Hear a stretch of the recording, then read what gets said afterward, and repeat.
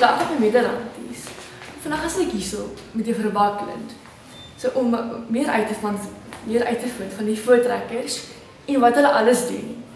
Hallo juffrou. Hallo Clarendie. Hoe gaan dit met juffrou? Baie goed, dankie met jou. Baie goed, dankie. Nou juffrou, wie en wat is die voortrekkers?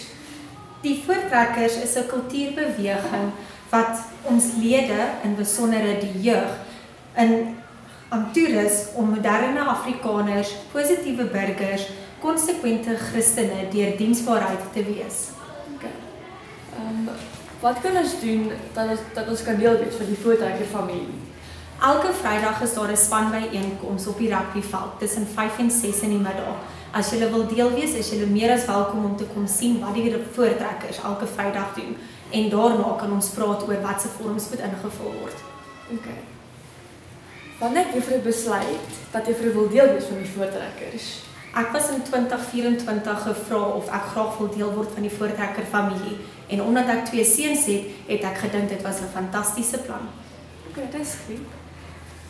Wat bied die voortrekkers vir die randleerders?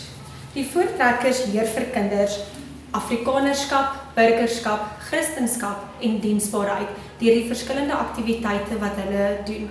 Die kinders kan ook aan spesialisasies deelneem waar hulle geleer word deur ander mense van die gemeenskap. Dis baie goed. Hoekom is jy verdeel van die voortrekkers? En wat geniet jy vir die meeste? Al soos ek sê, omdat ek 2 seuns het en hulle die hele tyd buitekant besig is dit lekker om te sien hoe die kinders uit hulle kassies uitkom. Dis goeters wat hulle leer wat jy nie in 'n klaskamer kan doen nie. Dink jy dit is belangrik dat ons deel wees van die voortrekkers?